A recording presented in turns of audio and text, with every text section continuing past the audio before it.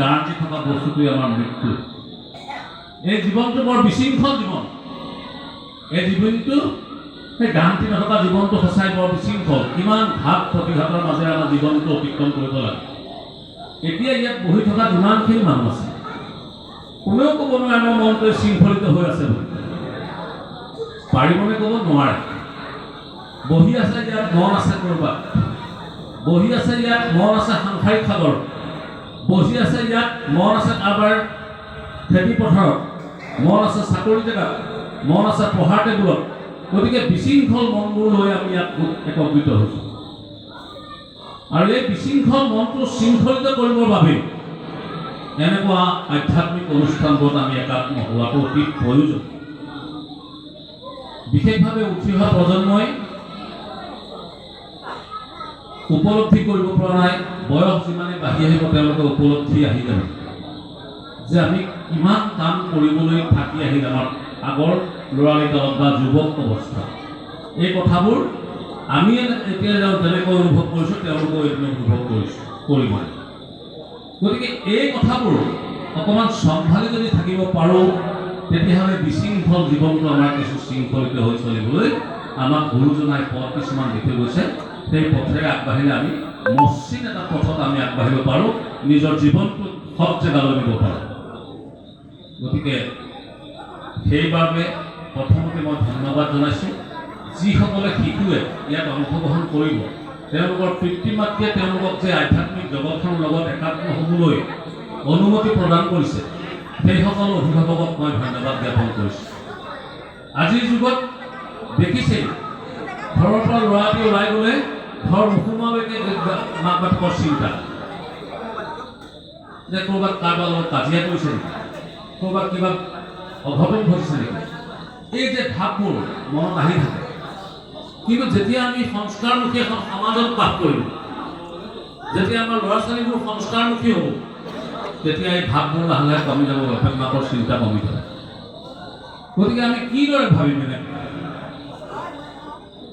আমি যেতিয়া ঘৰৰ ওচৰত এজন দেউতাই সদায় সদায় বন্তি জ্বলাবলৈ অহা নামঘৰ ভাগলৈ দেখোঁ, তেওঁ এনেই কাম বন নাই নেকি বেলেগ? ঘৰৰ বয়োজ্যেষ্ঠসকলে যেতিয়া নামঘৰত আহি নাম লয়, তেওঁলোকৰ বেলেগ কাম নাই নেকি আমি ভাবোঁ। কিন্তু তেওঁলোকে যে এটা পথ জানে, সেইবাবে ইয়ালৈ আহে। তেওঁলোকে কিবা এটা ইয়াত যে পায়, ইয়াৰ পৰা যে কিবা এটা উপকৃত হ'ব পাৰে, সেই কথা তেওঁলোক জ্ঞাত। সেইবাবে ঘৰৰ ব্যস্তজন ইয়ালৈ আহে। কিন্তু তাত আমি সকলোৱে সৰুৱে ডাঙৰ সহযোগ কৰিব লাগে। উঠি অহা মই প্ৰজন্মক কৈছোঁ, উঠি অহা যিসকল যুৱক যুৱতী আছে, কণ কণ মইনাসকলক কৈছোঁ, তোমালোকে ঘৰৰ দেউতাক, নামঘৰক, ঘৰৰ বৰদেউতাজনক, গাঁৱৰ সজ মানুহখিনিক অনুকৰণ কৰিবলৈ শিকিবা।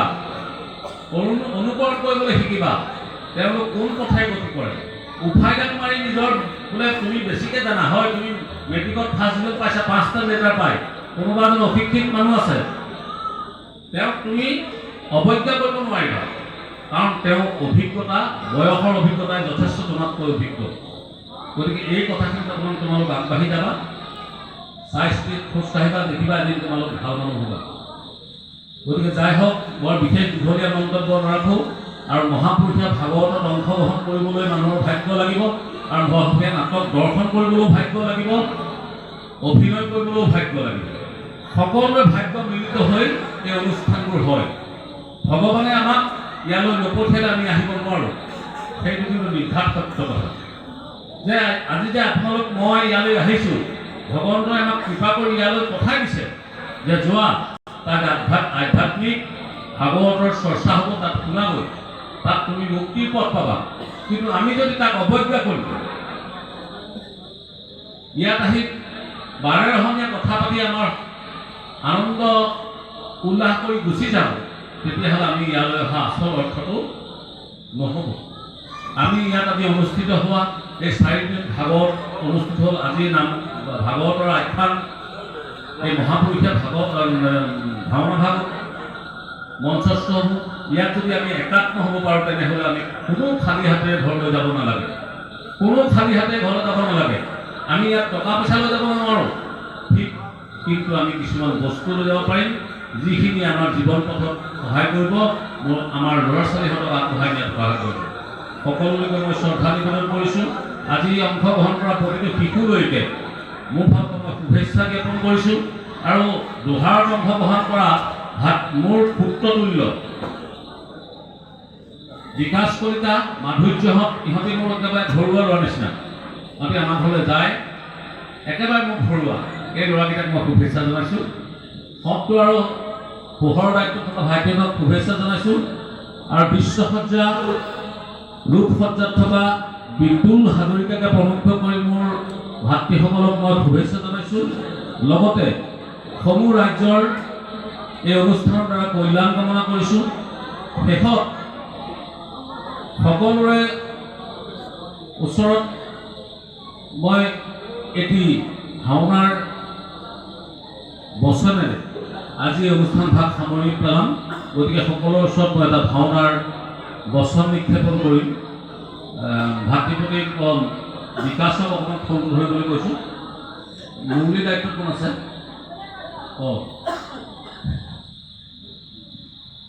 গতিকে তেওঁলোকে অকণমান সহযোগ কৰিলে ভাল হ'ব।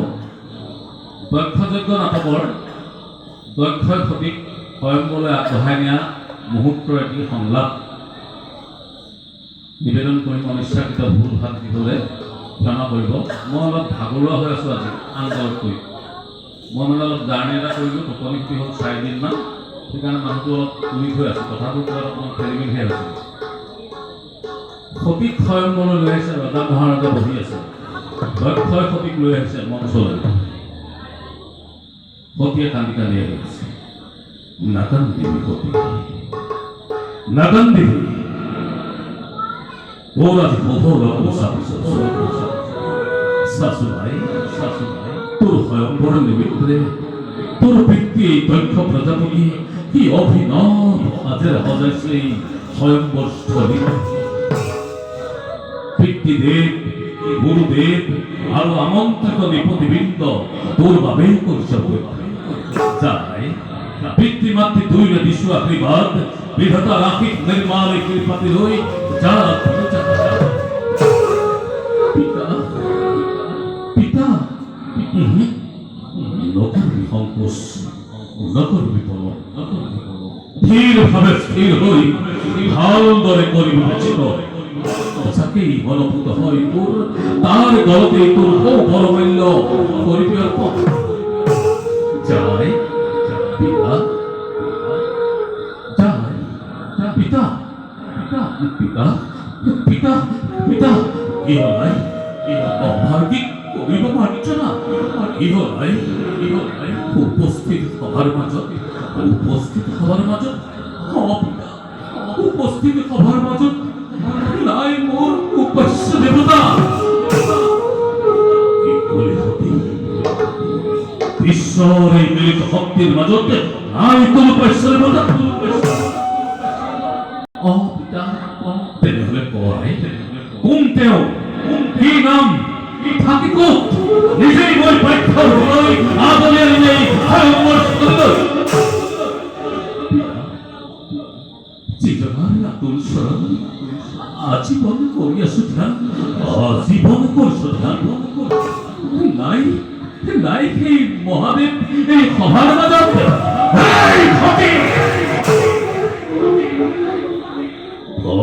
সেই শঙ্কর নাম সংসার সেই শঙ্কর বলতে তুই বড় মান্য